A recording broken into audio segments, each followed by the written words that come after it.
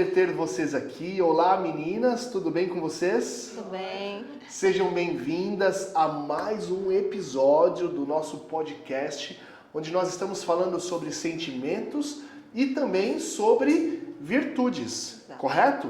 Sim. Nós falamos anteriormente aí alguns outros assuntos, mas hoje o nosso assunto em especial fala sobre autocontrole. Prepare-se, aperte os cintos, porque hoje o debate, apesar de ser bem rápido, então não perca nem um minuto sequer, vai ser muito bom, porque o conteúdo dele é maravilhoso.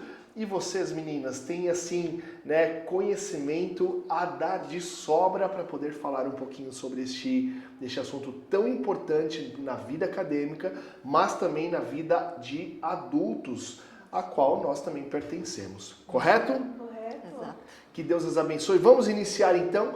Eu quero falar um pouquinho aqui sobre autocontrole, dando uma ênfase técnica para o que é o autocontrole, ok? Então, eu vou ler aqui para vocês. Autocontrole é uma competência que integra a autorregulação emocional, permitindo ao indivíduo pensar antes de agir de forma apropriada. E se nós olharmos aqui também no quesito bíblico cristão, nós podemos trabalhar um pouquinho da seguinte forma. Se olharmos nessa perspectiva que eu disse agora, nós entendemos que o autocontrole não é só uma habilidade humana, mas ele é parte do fruto do Espírito mencionado lá em Gálatas 5, 22, se eu não me engano, ali, mas o capítulo 5 como um todo. Então eu já inicio o nosso programa hoje falando um pouquinho. E aí, meninas, o que vocês têm a dizer na vida de vocês, profissional, sobre a questão do autocontrole? Primeiro, que ele pode ser desenvolvido. Qualquer momento da vida. Em qualquer momento da vida. Não existe um momento específico da vida do ser humano em que ele possa ou não desenvolver. É durante toda a vida. Como ele é um fruto do Espírito, a gente tem que relacionar o autocontrole como algo também de habilidade divina, para aqueles que não tiveram. É claro que quando a gente fala de autocontrole, a gente precisa pensar numa educação com propósito, numa educação intencional, já desde a infância, onde a criança aprende habilidades.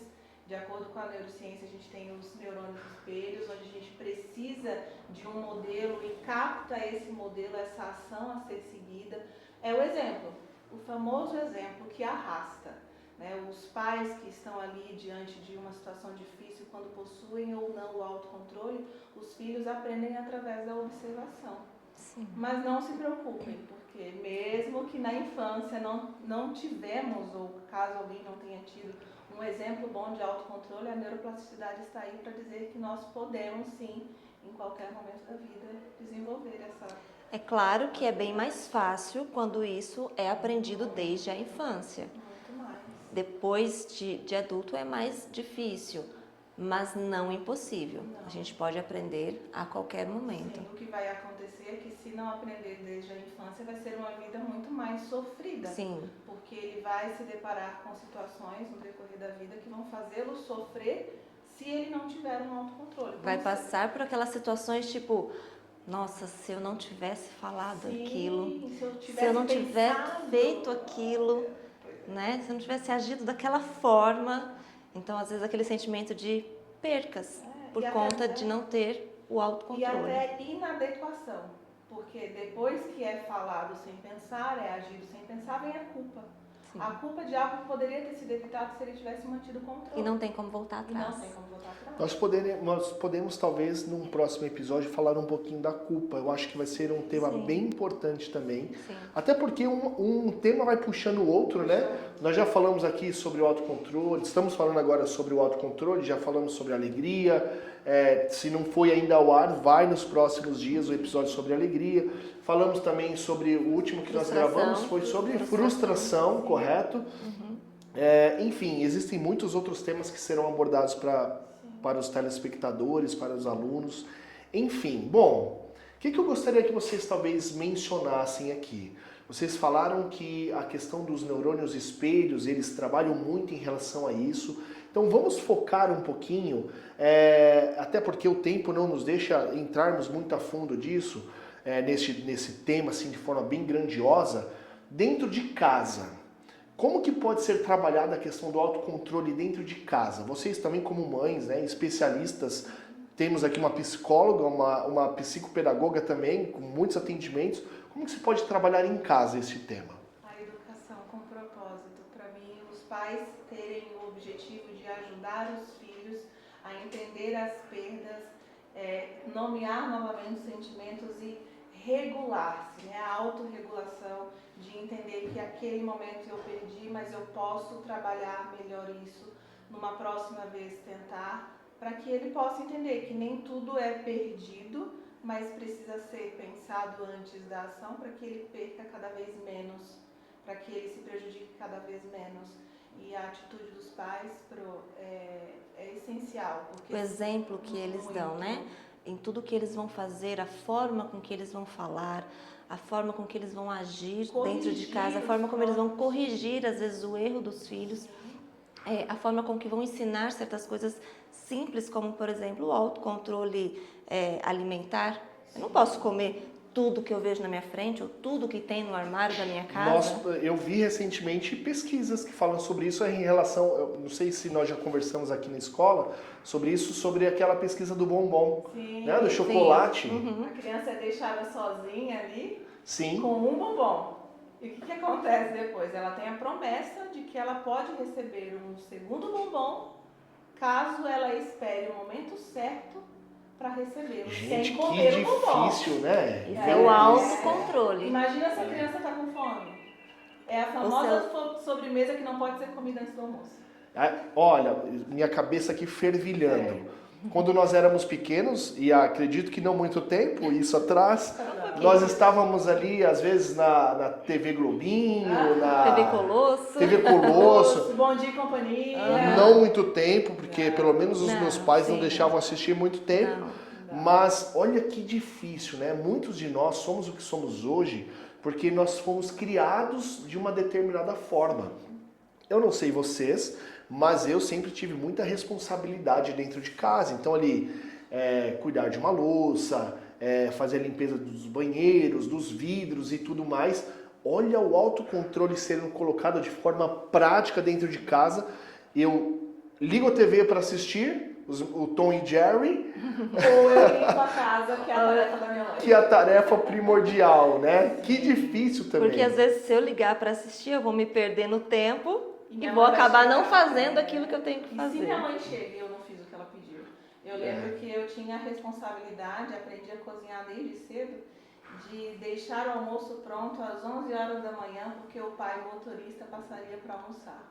E eu sozinha, cuidando da mais nova. Naquela época a gente podia, né? Era seguro, tranquilo. E eu não podia ligar a televisão. E era o momento que passavam os desenhos que eu mais gostava. Porque o almoço tinha que estar pronto às 11 da manhã. Olha, é um tema que poderíamos aqui dar muitos exemplos. Mas e dentro do colégio? Como que nós podemos trabalhar isso dentro da escola, na questão do autocontrole com os alunos? A questão do aluno já conhecer os nomes das emoções e saber identificar é um start, né? Vamos começar por aí. Eles precisam saber das emoções.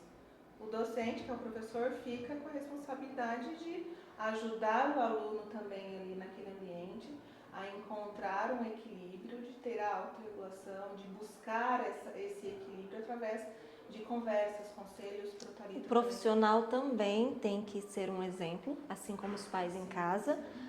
O professor também um exemplo em sala de aula, porque nós aprendemos muito mais por observação do que por instrução.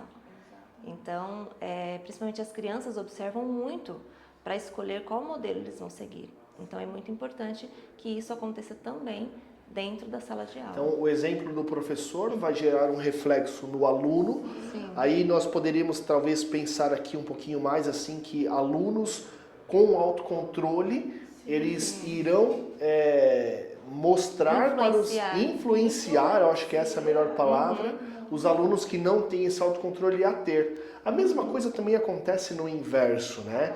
Sim. Onde temos grupos muito indisciplinados, eles também fazem com que um aluno controlado, às vezes, também se desvirtue do contexto.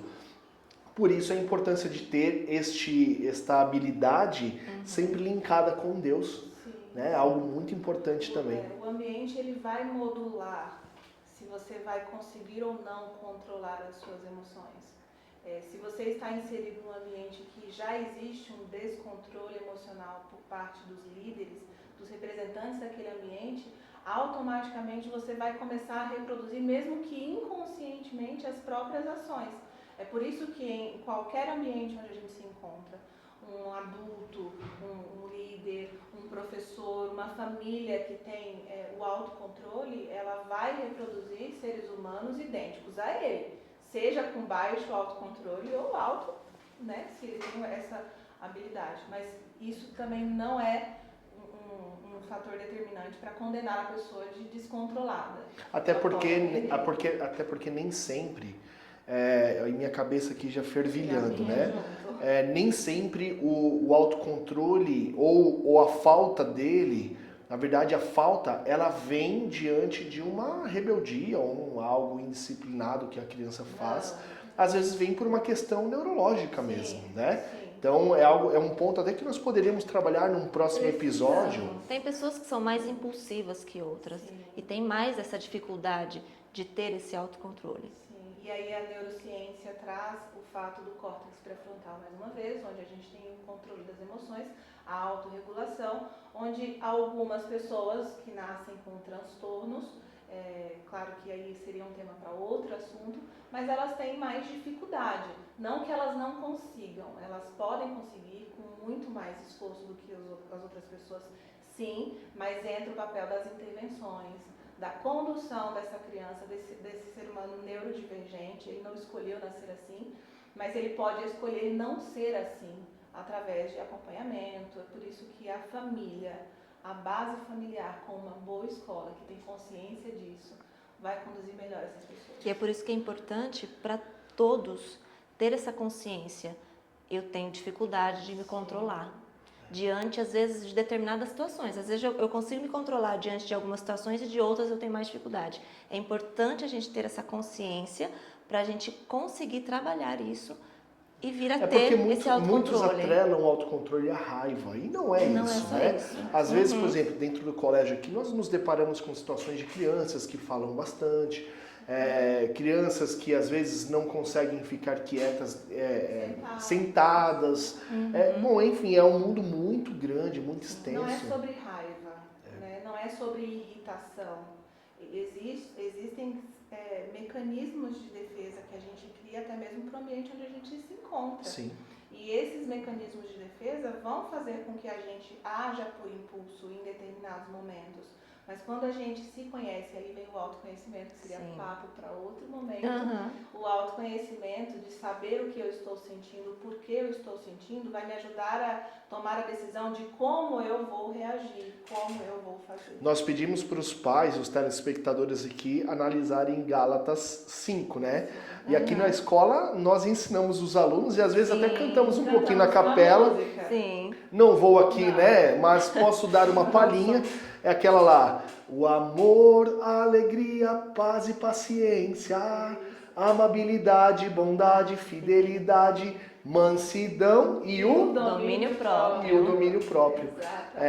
Eu acredito que o domínio próprio, o autocontrole, ele só vai conseguir atingir uma plenitude na grande maioria das vezes, eu diria assim, quase que sempre, quando nós estamos atrelados aonde?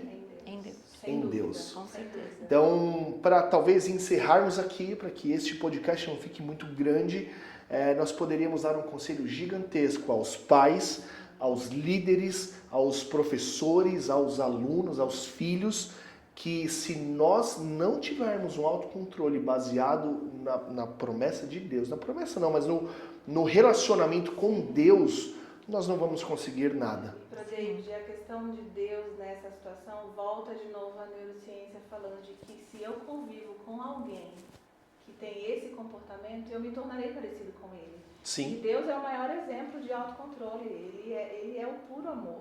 Ele é o controle, ele pode dar isso para nós em qualquer momento. E a neuroplasticidade mostra que nós podemos aprender em qualquer momento. E Deus está aí para nos ajudar. Muitas vezes nós nos deparamos aqui em momentos de dificuldades dentro da escola E lembra quando nós parávamos e falávamos, e até hoje nós fizemos isso, uma reunião antes dessa gravação, pedindo a graça de Deus. E ainda bem que somos salvos pela graça, porque se assim não fosse, muitas vezes nós conseguimos ter autocontrole sempre. Pedimos para que Ele possa nos ajudar, que seja assim em casa, que seja assim no trabalho, que seja assim nas amizades, no trânsito, olha que, né? Um exemplo Grandioso. Que podemos dar para os nossos filhos quando estamos no trânsito e alguém vai lá e nos fecha e a gente sabe que a gente está certo. E se a gente parar bem para pensar, experimenta talvez um dia estar no trânsito, ficar irritado e não dizer nada. Se talvez o seu filho lá atrás sentado não vai reproduzir exatamente o comportamento que você tem. Em outras situações da vida até. Em outras, sem dúvida. Né? As crianças, elas vão reproduzir aquilo que elas recebem. Elas são copinhos vazios, esperando serem cheias de comportamentos, de ações. Elas vão reproduzir. Meninas, que Deus nos abençoe. Vocês são mulheres formidáveis. Eu louvo a Deus por ter vocês aqui na equipe. Que Deus possa conservá-las sempre no caminho correto, da retidão, da justiça e do autocontrole. Amém. Que assim seja, né? Assim seja. A vocês que estão nos assistindo, muito obrigado. Não percam os próximos capítulos. Entre nas nossas redes sociais, no Instagram, no Facebook, no próprio YouTube. Procure o Colégio Adventista do Jardim Florestal. Siga nossas páginas e venha nos visitar. Não posso deixar de fazer o convite. A casa também é sua. Estaremos aqui prontos a atendê-los, não é? Sim, com certeza. Vocês programaram? Falaram juntas? É a expectativa de que eles venham nos visitar e conheçam o que nós podemos fazer. Que legal, que legal. Obrigado, queridos. Fiquem com Deus. Um abraço para vocês e um sucesso enorme a todos nós. Em nome de Jesus. Amém. Tchau, tchau. Até mais. Tchau.